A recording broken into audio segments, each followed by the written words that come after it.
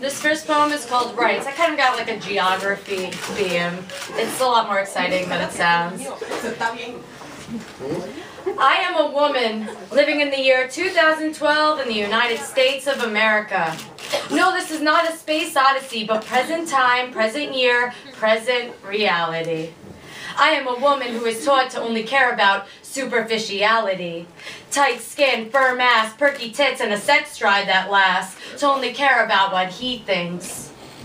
As long as my rights are in the hands of a male-dominant government where even those female representatives who make it in that boys' club get shut out, as long as my rights belong to a public who fear voting a woman for president because she's too emotional, menstrual, menopausal, causal, reactive, and sensitive, as long as my rights are manipulated by people who pretend to see equal and yet are still inside prejudiced, spineless, two-faced, and incredulous, as long as my rights do not belong to me at all, I might as well be a woman in the year one, in the country of everywhere, because human rights aren't just about words on paper, burn bras and head nods, about media, fucking media still showing women in aprons, men with briefcases, paper trails, and wild goose chases. As long as people keep telling me to be better at math, better at manners, proper, moral, tasteful, and a supporter, to be more skinny, hair long, skin tan, break my feet in heels just to look taller, I say we burn history books and start all over.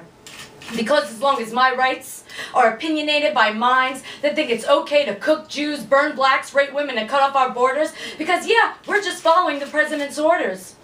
As long as I'm an American with an immigrant past, like so many of us, I might as well be in the year one, or at least the year before that.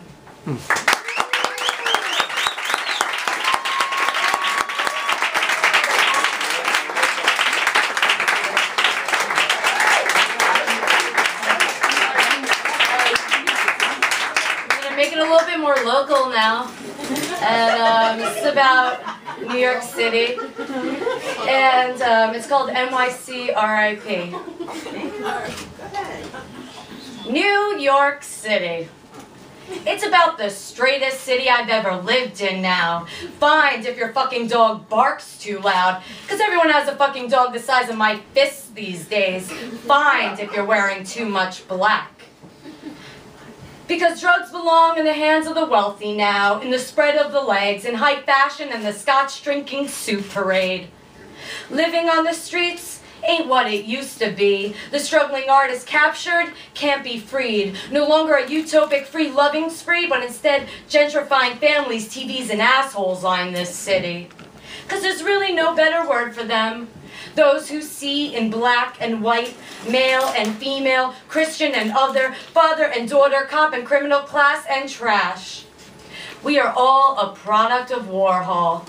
I believe Ginsberg is turning in his grave. Cobain is turning in his grave. Laurie Jackson in her grave. Sylvia Plath in her grave. Frida Kahlo in her grave. Hendrix, Joplin, Kubrick, Rembrandt, Rothko, Rembrandt, Dali, Lorca, Manson. There is calling to rise up. Calling all artists, folklorists, guitar bangers, paint splashers, clay sculptors, dirt tossers, and cross-dressers. All anti-establishment, anti-racism, anti-government, anti-war, anti-day jobs, anti-cancer, anti-fear, anti-restriction, anti-division, anti-monarchy, disguised as a democracy. I am calling you to just hear me, to chant, to not pray for a utopia, but to make one. To take back the city as a New York that belongs to the artists, a New York that belongs to the open-minded. Give us you're hungry, you're tired, you're poor, because they make the best artists anyway. BYOA. Bring your own attitude, because this millennium, it's about the movement. Do not let the spirit of New York City cease. Do not let New York City rest in peace.